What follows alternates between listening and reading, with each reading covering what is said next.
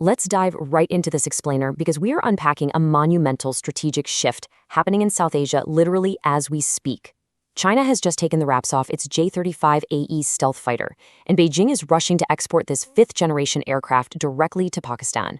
Now, we need to be clear right up front, this is not just your standard run-of-the-mill arms deal.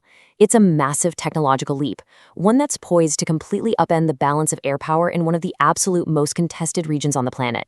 So, here's our roadmap for today. We'll start with the specifics of the export deal, then break down the jet's technical capabilities.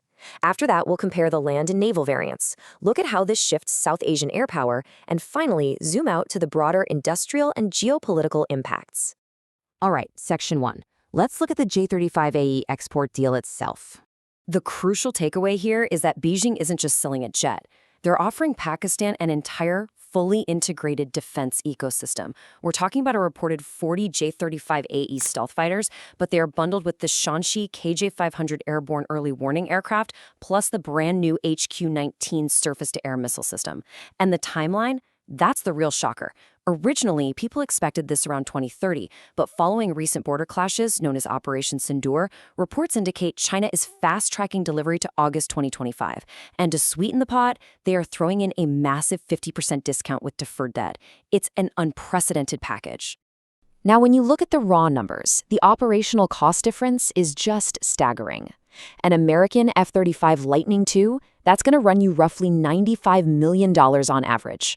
But the Chinese J-35 sits comfortably between $35 and $80 million. By offering a budget-friendly fifth-generation fighter, Beijing is actively shattering the Western monopoly on stealth air power. Now, it's worth noting the origins of this cost efficiency are pretty controversial.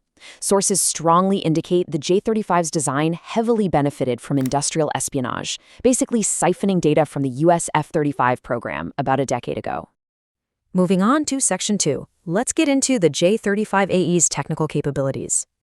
This data right here exposes a really critical stealth gap. Look at India's current frontline fighters, like the highly capable French-made Rafale and the Russian Su-30MKI. These are formidable 4.5-generation jets, for sure, but they lack full stealth capability. Then you have the J-35AE. It pushes speeds of Mach 1.8, features a 1,200-kilometer combat range, and boasts a max altitude of 16,000 meters. When you pair those high-altitude flight specs with a heavily reduced radar cross-section, it creates a total nightmare scenario for legacy Indian platforms trying to hold their ground in border patrols. And you really have to notice the specific design detail. The jet has a teal-coated electro-optical targeting system, or EOTS, integrated right into the airframe. So why is this an absolute game-changer? Well, on standard legacy fighters, you have to hang a targeting pod on the outside of the jet, but on a stealth fighter, external hardware creates a radar reflection which completely ruins your invisibility. By baking this advanced sensor directly into the fuselage, the J-35AE can track targets and evade infrared detection without ever compromising its radar profile. And that stealth profile translates to a massive leap in lethality. The J-35AE features a 7.3-meter internal weapons bay that perfectly meets modern fifth-generation standards. In the past, China's massive PL-17 Beyond Visual Range missile had to be carried externally. But now, by using foldable fins, the J-35AE can pack up to 4 of these inside its belly.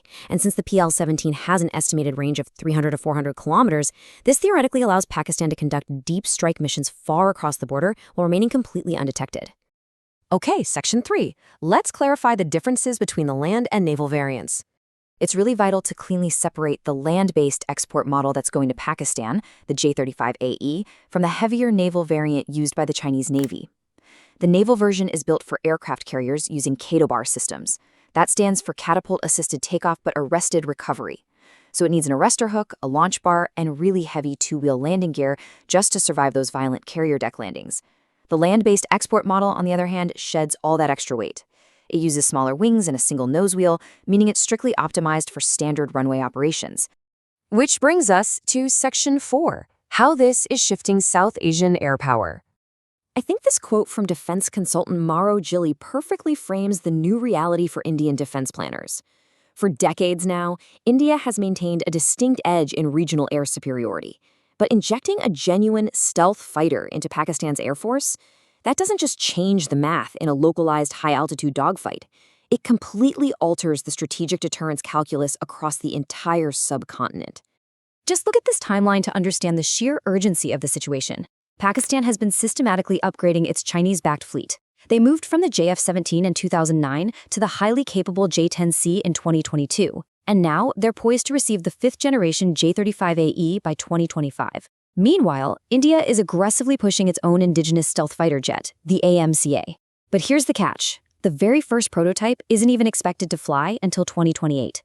This creates a dangerous multi-year window, a definitive stealth gap where India faces a severe disadvantage in the skies. So what can India do? Well, until their own AMCA stealth fighter is operational, they have to rely on a complex, distributed web of ground-based countermeasures to track the J-35AE. They're banking heavily on their powerful S-400 air defense networks, right alongside the deployment of their new indigenous VHF anti-stealth Surya radar. While stealth jets are notoriously difficult to track on standard radar frequencies, VHF radars can often detect the general area of a stealth aircraft. That allows India to queue up its Akash and QRA SAM missile systems to aggressively defend their airspace. Finally, Section 5, the broader industrial and geopolitical impacts. This brings us to the multi-million-dollar question. The Pakistan Aeronautical Complex in Kamra certainly has experience building legacy jets like the JF-17. But can their industrial base realistically support and maintain a massive, high-tech, fifth-generation stealth fleet? As one Western aerospace executive pointed out, actually acquiring stealth technology is only half the battle. You don't just park a fifth-generation jet in a normal hangar and call it a day. Maintaining delicate avionics, sensor fusion systems, and ensuring the durability of highly specialized radar-absorbent surface coatings is incredibly demanding. And it's wildly expensive. This is exactly why initial deliveries tend to be small. It's essentially a test to see if the host country's ground infrastructure can actually handle the immense upkeep. Let's be real, there are massive operational hurdles here that could ground this entire ambition.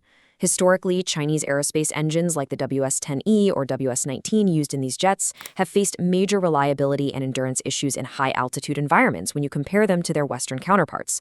Furthermore, Pakistan is a nation already grappling with severe IMF bailouts. Managing the extreme maintenance costs of stealth coatings and specialized parts is sparking real, valid fears among analysts that this is just going to become a long-term economic debt trap tied directly to Beijing. Ultimately, this deal exposes Beijing's broader master plan. This isn't just about helping an ally. This is top-tier defense diplomacy. By exporting the J-35AE, China is proving to the world that stealth is no longer just a Western monopoly. They are actively reshaping the international arms market, building a China-led security bloc in Asia, and deliberately complicating New Delhi's security calculus by increasing the very real risk of a two-front war. I'll leave you with this final thought to consider. We are witnessing a historic, completely unprecedented transfer of fifth-generation capability. But as we've seen, military technology is really only as powerful as the economic infrastructure that supports it. So, will the J-35AI cement a new era of unbreakable air dominance in South Asia? Or will the crushing financial and logistical burden of maintaining these stealth jets ultimately keep them grounded? Thanks for joining me for this explainer. Keep your eyes on the skies, and we'll catch you next time.